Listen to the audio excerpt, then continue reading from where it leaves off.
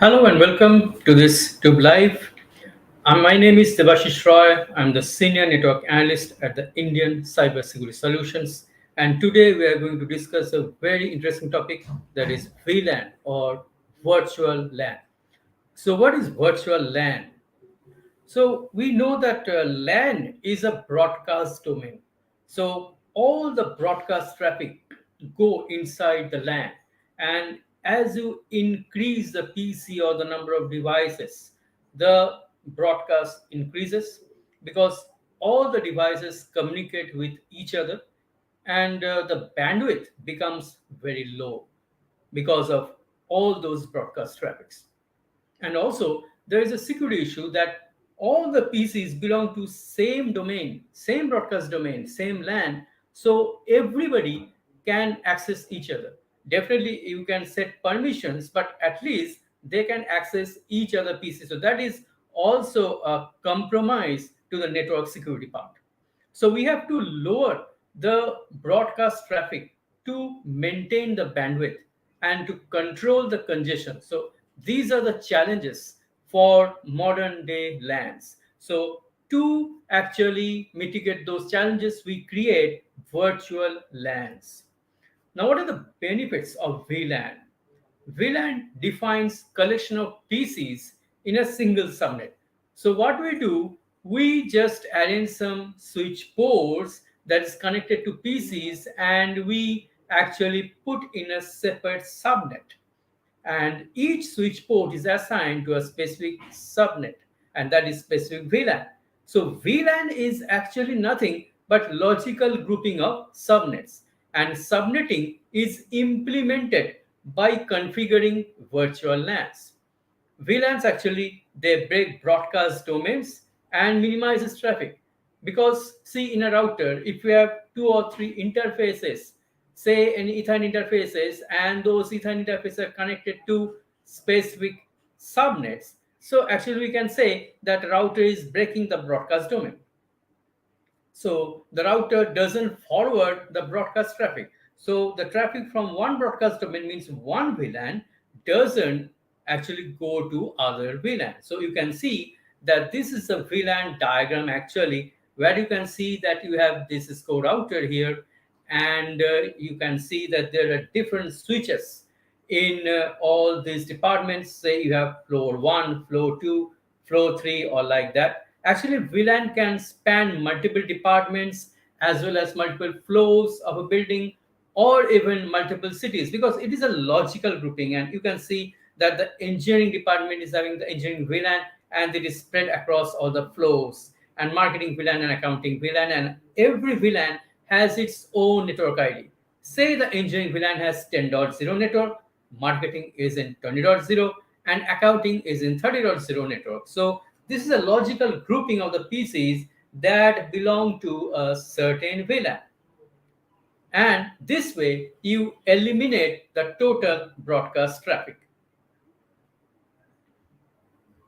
Now, what are the types of VLAN you have? You have two types of VLAN. That is, one is static VLAN and the other is dynamic VLAN.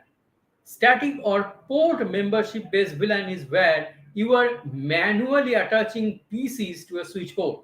So this is what you can manually configure. So that is static VLAN. And dynamic VLAN is where you are using a certain application known as VMPS, VLAN Management Policy Server, that is installed on switch, and definitely that switch will be a L3 switch, a layer 3 switch, because in L2 like catalyst switches you cannot actually configure dynamic VLANs. And nowadays dynamic VLANs are not used so much. We use actually static VLANs. Now PCs are assigned VLAN membership automatically by dynamic VLAN by this VMPS, because every PC has MAC address, and actually in dynamic VLAN we see that there are different groups of PCs. They are assigned to the different VLANs according to the MAC addresses. But we do not use that much. We use static VLANs only. Now, what is a VLAN range? VLAN 1 is called the native VLAN, and it cannot be configured, and it is used for administrative purpose. So in all the VLANs, the traffic is actually tagged or encrypted, but in native VLAN, it is actually carrying the untagged traffic. So that is the use of native VLANs, and in all the switches, you should configure native VLAN as the same VLAN. But if you change native VLAN in other switches, then there is a native VLAN mismatch error. Now, from VLAN 2 to 1001, that is normal range VLAN that we can actually create on switches. In Cisco Catalyst switches, 1002 to 1005, it is Cisco default token ring and FDDI VLANs, and 1006 to 4094, that is extended range VLANs, and it is normally not supported in the switches. Now, what are the port types? One is the access port, that is the link between the switch and the PC that carries the untagged traffic, means that the traffic is not tagged in the access port, and trunk port is the link between the switches or the link between the switch and the router. So if you are carrying multiple VLAN traffic, that is tagged across the trunk port. That is called frame tagging. VLAN data travels across trunk links in encrypted format, and VLAN ID, that is identified, is added to the VLAN data. And it is traveling in an encrypted format, but at the destination, when it reaches, the data gets decrypted. Two methods for frame taggings are there. One is a very old method, that is inter-switch link or ISL of Cisco, that is hardly used nowadays. And the other is the 802.1q or .1q of IEEE, that is used nowadays.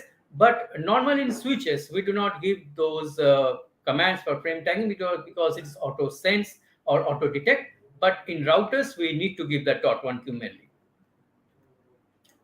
Now there is a protocol known as VTP or VLAN trunking protocol that is used to manage or synchronize the VLAN database across many switches. So if you are having only one switch, do you need VTP? No. But if you have more than one switches, you need to synchronize the database with VTP. And VTP messages include many things like summary advertisement, subset advertisement, configuration revision number, these things. Configuration revision number gets incremented whenever an VTP update has been forwarded by a switch to another. So it means that you have two switches and one switch is having more data in VLAN database. So it has higher configuration revision number, and so the other switch actually pulls the data from that switch. Summary advertisement inform the adjacent switches about the VTP domain name and configuration revision number. And it contains if the VLAN, the VTP domain name, the VLAN ID, all those things. And when you add, delete, or change a VLAN in a Cisco Catalyst switch, a server catalyst actually increments the configuration revision number, and it issues a summary advertisement. And individual VLAN information is called a subset advertisement. So the summary advertisement contains all of the VLAN information, and subset advertisement contains the individual VLAN information, say VLAN 2, VLAN 3, if we have configured that. So it will actually include the individual VLAN information. And this is a VTP diagram. You can see that there is a server switch, there is a client switch. There are certain modes for VTP. One is the VTP server. In server mode, it can add, edit, or delete VLANs. And VTP server will synchronize the database from another server with a high revision number. VTP client cannot add or edit or delete VLANs, but it can synchronize the VLAN database from a server with the highest configuration revision number. And transparent mode is not used generally. It does not participate in the VTP domain, and it does not advertise or learn VLAN information. But yes, it can add, edit, or delete VLANs in its own local VLAN database. And yes, it can propagate the VLAN information from the VTP mode server, the server switch, to the client switch. So actually, we create VLANs on server switch, and client switches, they actually get the VLAN information from the server mode. So that is the end of the theory part of this VLAN. And now I will show you how to configure the VLAN using this Cisco packet tracer. So what you do, here you can see that you have different devices there, and you take a switches like 2960 Cisco Catalyst switches, and you take multiple PCs. So I'm taking two PCs.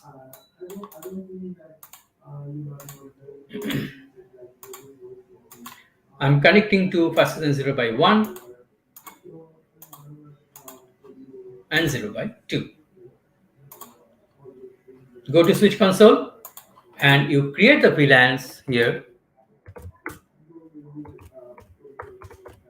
Control T, and you create the VLAN by VLAN 2, name sales,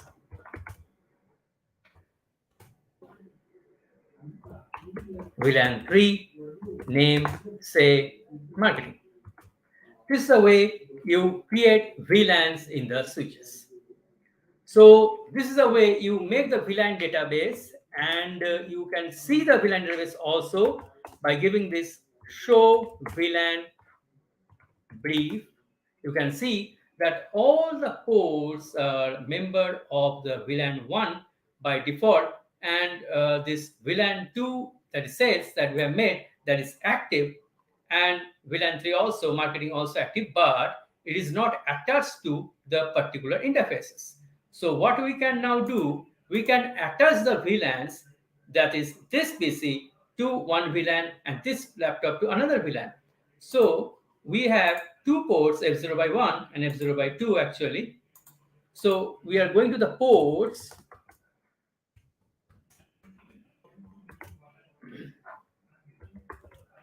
First is switch port, mode, access, and switch port, access, VLAN 2, because VLAN 1 we cannot create. And 0 by 2, first is switch port mode access, and switch port access, say VLAN 3. So we have actually attached the VLAN to the interfaces. And if you say that VLAN 2 is attached to the F0 by 1, you can see now here F0 by 1 and VLAN 3 is in F0 by 2. So now you can actually go to the VLAN 1 also.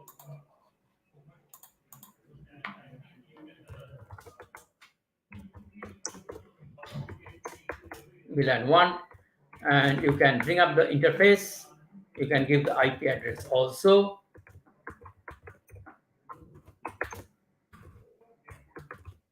And subnet mask. And also you can give a default gateway.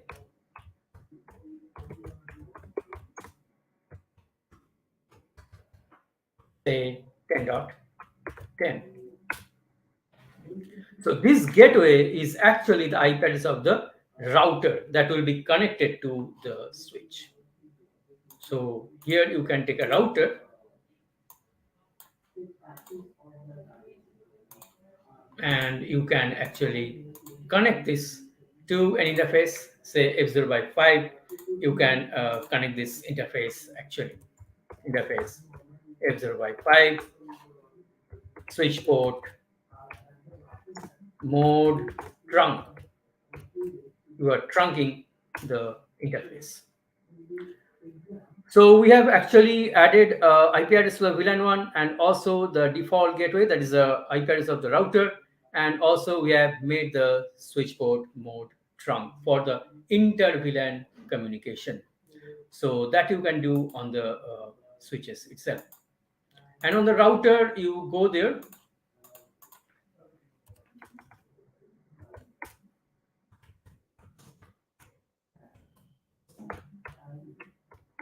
Zero by 0, no shut. And you create sub interfaces like F0 by 0 dot 2 for VLAN 2 and encap dot 1 Q2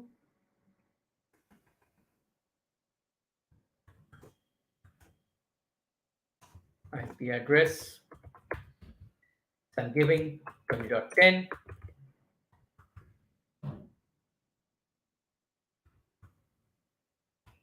But I need to give the VLAN, say there is a own IP of the router, that is F0 by 0.1, that also need to give in cap.1 and 10.10. That also I need to give. And then for VLAN 3, you create some interface 3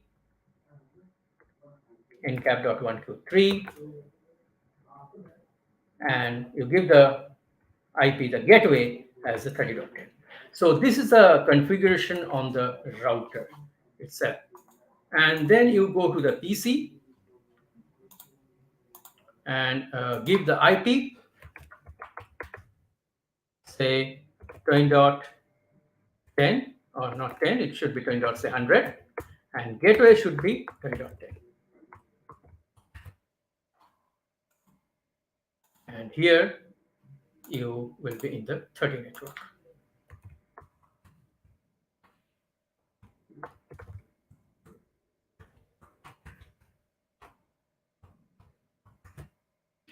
So this way, this PC will be in the VLAN 2 and this PC will be in VLAN 3. So this way, you can create the VLAN database on switch, and also you can do the VLAN mapping on the routers.